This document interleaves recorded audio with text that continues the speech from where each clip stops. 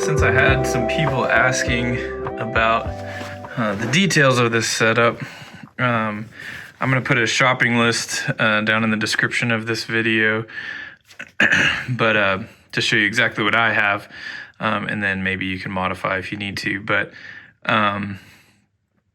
let's see, let's start with, we've got the iPhone, and I'll talk about configuring all this in a second, but the hardware side of things is got your iPhone. I did a iPhone SE because it was super cheap. Then we've got this camera kit, and then 3 cables. I'll go one by one. You can see the first thing in the camera kit is what do you call that? Lightning cable, just a charger for like for an iPhone. So this cable goes to, you can see it's the braided one, black and white, to USB 3, I believe.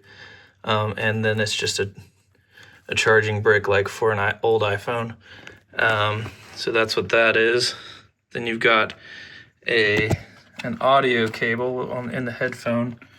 Sorry, one-handed's hard. So this is actually a stereo to mono cable. So this comes through here and it comes out this hole. So you can see it's single ring, so it's a mono. That's because like a guitar is a mono instrument. And so most sound system setups, I'm going to be wanting to run into a single channel. I didn't talk about this in the last video, but I have one of these female 1/4 inch to male XLR, so I'll often use that and just keep that in this box so that I can plug into a sound system mic input. And then we've got another USB 3 cable, and that guy goes to, this is more of a normal USB 3 cable. And that goes into, I believe this comes with the with this piece of hardware. I'm forgetting the name right now. Whatever the name of this company is right here. The MIDI Expression. So the MIDI Expression box comes with this USB cable that plugs into the camera port here. And then I have a TRS cable. That stands for tip ring send, I believe.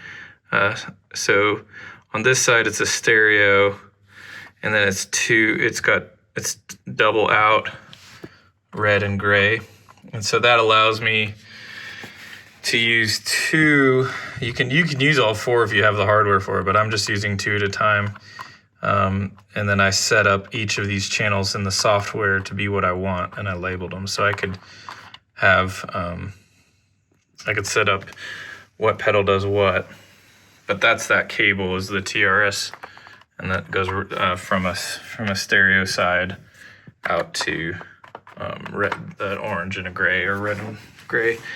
And then I've got this Boss FS6 pedal, and just for the details, I found out these are the settings I need. So polarity to the right, mode is to the left, momentary. Latch, I think if you stepped on it, it would stay on, but I want it to go off when I let go.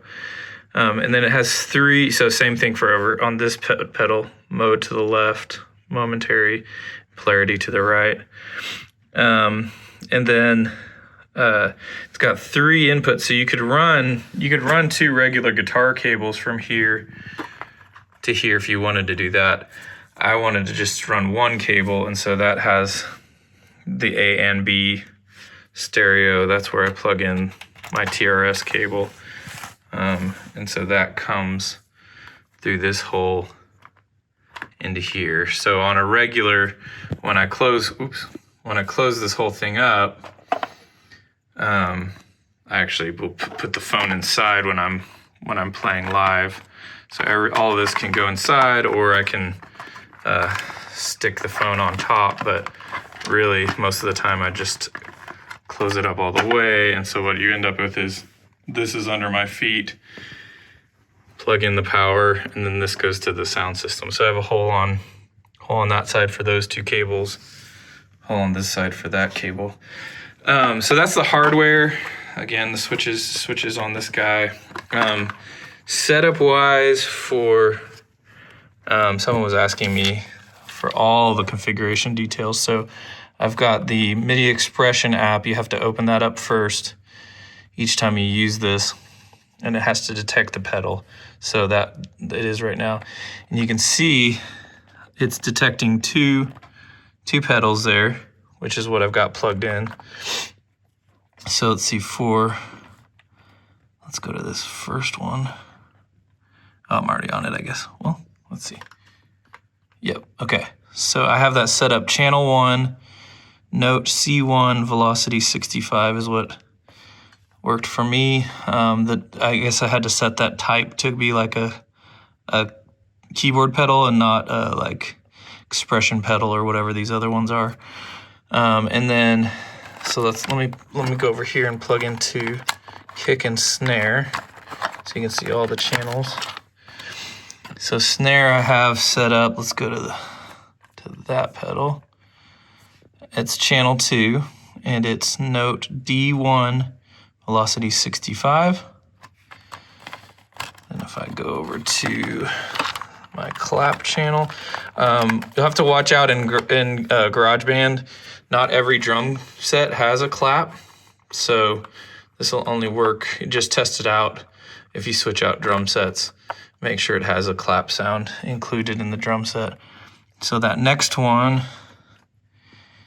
is channel 3, obviously. Note is D sharp 1 for the clap, and velocity I have at full volume, 100. And then I use the open hat because I think that's actually a nice kind of cymbal-y sound if I wanted to get kind of crashy, to add some more of a drum dynamic. So sometimes I'll use that. Most of the time I'll actually use kick and clap. That's my most common, but that last setup for the clap is channel 4, A sharp 1, and velocity 100. So that's how the MIDI Expression app is configured. And if you do it that way, you'll have to make sure this isn't really labeled which side is up. So you have to find out how that works. But then I labeled those for my most common uses. Now, as far as GarageBand goes, this is terrible. Sorry for the terrible quality, but at least you have the info. If I open up that, let it flip around. All I had to do was create a new song. Gosh, the light is terrible. Let's see. Hit this plus sign to create a new song, and then swipe over to drums. I believe I just chose acoustic drums, and it pops up. Yep. So that's all you have to do. That'll get you on a drum set. Then you can hit this drop down and let's see, I believe hit instruments. Oh wait, there it is. That's SoCal. So it starts you out with the SoCal kit, which is nice. I think that actually is the one I use the most, but you have different kits you can choose to get the different kind of sound you want. Roots is pretty nice when you're playing acoustic because the kick drum's really just kind of wide and thuddy, kind of folky. So you can play around with those sounds. Again, just make sure if you're using the clap that the kit you choose actually has a clap sound programmed into it. And I think you can even use this link up here and get more drum kits. This is just all I needed, so I haven't really messed around much. And I don't think I configured anything else. I don't think sometimes I've played around with track controls and messed with the echo and reverb. But really, the only thing you might want to play around with is back in the MIDI Expression app, how loud you want your kick versus your clap. And that really is controlled best with the velocity. That also affects the tone of the instrument as well. It's a lot more aggressive on the higher level, and then they do a great job of making it more gentle sounding, as if you're actually playing the instrument more gentle. It's not just a volume thing, I don't think. Again, I'll put the shopping list down at the bottom, but that's everything you should need to know. Oh yeah, obviously I have this box will be in the shopping list as well. Just so you know, this is the last hole I made, so that if I wanted to, I could have all the wires inside. Let me put that down for a second. Use my hand. And then I could just poke this up, set the phone here, so that way all the ugliness is hidden, and I can still have control in case. I'm glad. I almost forgot. The last thing you'll want to do is in your settings app. I got rid of everything from the home screen, but sorry, one-handed is terrible. The settings app, you'll want to set it to not go to sleep. So under display and brightness, you want to auto lock never. That's one setting. And then I don't use this as a phone, so I don't really have to worry about do not disturb. But if you're using it as a phone, or even on accepting messages or anything, you'll want to set on do not disturb. Or even airplane mode is probably a great plan. Did I do that? Let's see. Can't remember the old iOS now. So from below, yeah, there you go. So yeah, airplane mode in theory will keep you away from getting any notifications or anything. So that should be it. Fingers crossed. But have fun, guys. Hope that's helpful.